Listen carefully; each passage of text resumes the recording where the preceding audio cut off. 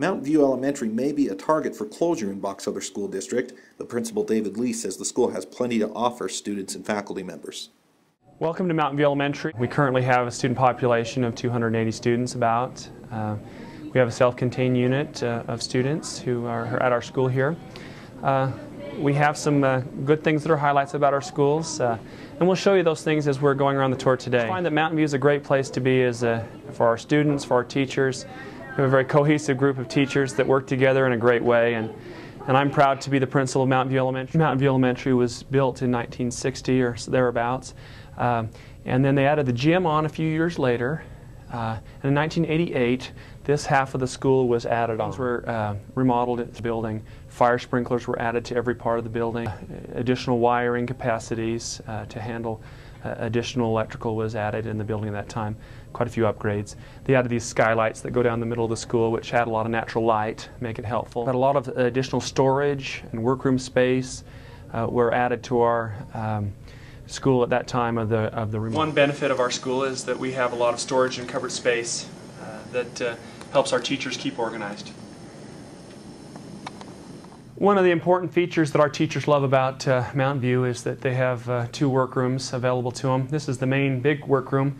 We have an open supply closet here where the materials are supplied to teachers, and we all share in the materials. We're proud of our library. It's quite a nice facility. It accommodates large groups. We use this when we have fall school activities with parents, with parent nights. It is large enough to accommodate other groups besides library. The reason that our school is in such great condition is our custodian, Jonathan Smith. As you can see by looking around this custodial closet, he's an organizer and he's a doer, and he can fix anything we need to have fixed, and he just keeps us in great shape. In addition to the natural lighting and ample storage areas, Lee said the school has plenty of room to take on additional students if another area school were to close. Right now the school is home to about 280 students, but could hold around 500 at capacity. One of the nice features we have here is we call it our Kiva area. Carpeted steps. This is where we do our music, have all of our, a lot of our grade level programs, and we also, anytime we have presenters, like yesterday we had the people down from Salt Lake that came and talked about chemical and physical change with our kids. And they do their experiments in here, their science experiments. It's a place where anybody who needs a spot to bring their class can do so. It's a beautiful thing to have this space. It's a luxury for teachers to have a space where they can bring their class and do projects that take a little extra room. Here we go. Oh. It's miss. Where does it go? Short I, very good, says it. Jacob's after the kill. Thanks, Austin. The kill. Put your foot down through the opening. Okay, let's sound this word out with her. This one's tricky. On that side over there, we have our new playground that was installed 2 years ago. Our 4th and 5th play on that side, our 1st and 2nd play on this side, and then 3rd grade can go back and forth. Gives us lots of extra space for things that are going on. About 3 years ago, we completely fenced in our campus. And so the only entrance way through our school is the front doors are unlocked. Everything else is a locked down campus. This is our mechanical room. Electrical, boiler, water pipes, everything. There's the access tunnels underneath to get into the building. Basically, it's everything that keeps the guts of the school warm and cozy. The breaker here, the question's been asked about amperage. It's an 800 amp breaker that allows us to run any electrical things that we need to run. A nice highlight of our school is when they did the remodel, they put in 2 full walk-in fridge and freezer. Got a full capacity there. You know, your fridge one side, your freezer the other side. Several storage rooms that we have here, and our ladies do a great job of keeping up this kitchen. 5 years ago, we put in this kindergarten playground area over here. The nice feature about this is that it is fenced off. It has a separate kindergarten entrance that you can access it to, and then the teacher can keep a great eye on kids. With the modern amenities the school provides, such as smart boards in every classroom, enhanced audio capabilities in K-2 rooms, and new playground equipment, Lee said it came as somewhat of a surprise when Mountain View was mentioned by board members as a possible option for closure. I think it was a surprise to us.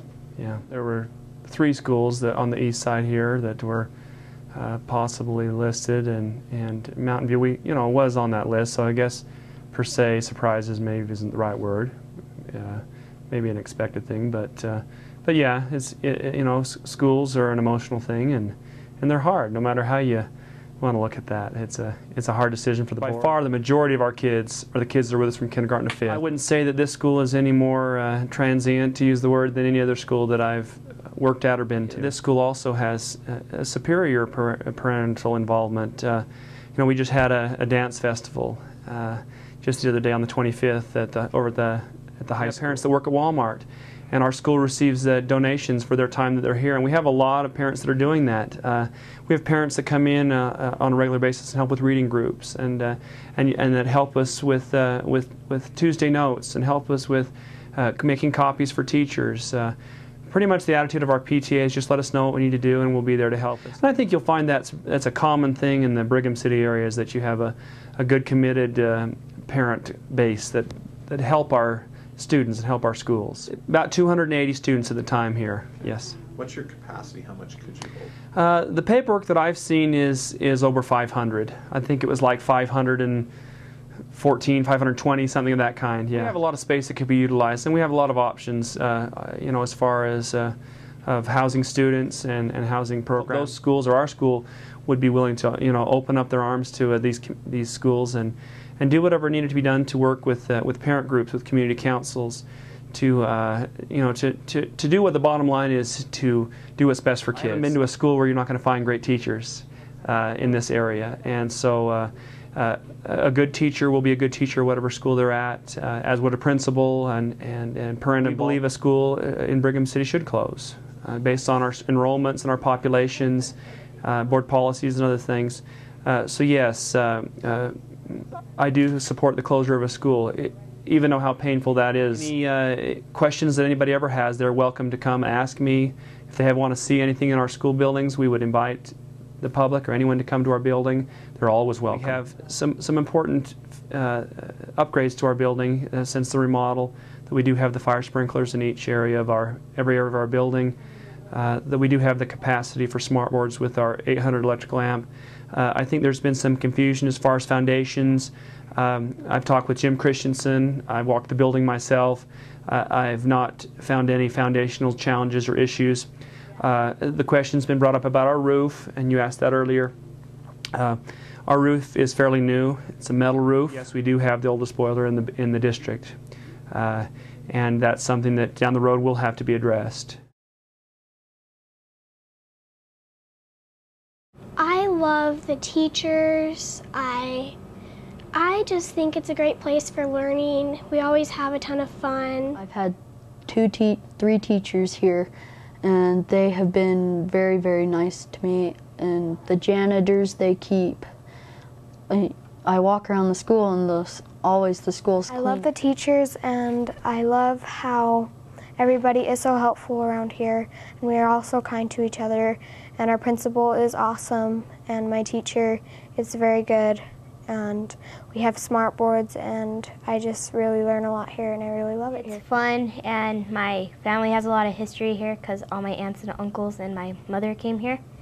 And it has great teachers and great students, and I really like the smart boards. One of the other things I like is I like the end of trimester parties. I think those are really fun, and I really like the playground equipment outside. Those are really fun. The computer lab is fun. We get to do a lot of fun math games that will help us learn in a fun way. For now, Lee said he's telling faculty members it's business as usual and to keep a positive attitude. His main goal is to continue to see students get the best education possible and leave these type of decisions to the board. For the Tremont Leader, this is Dave Archer.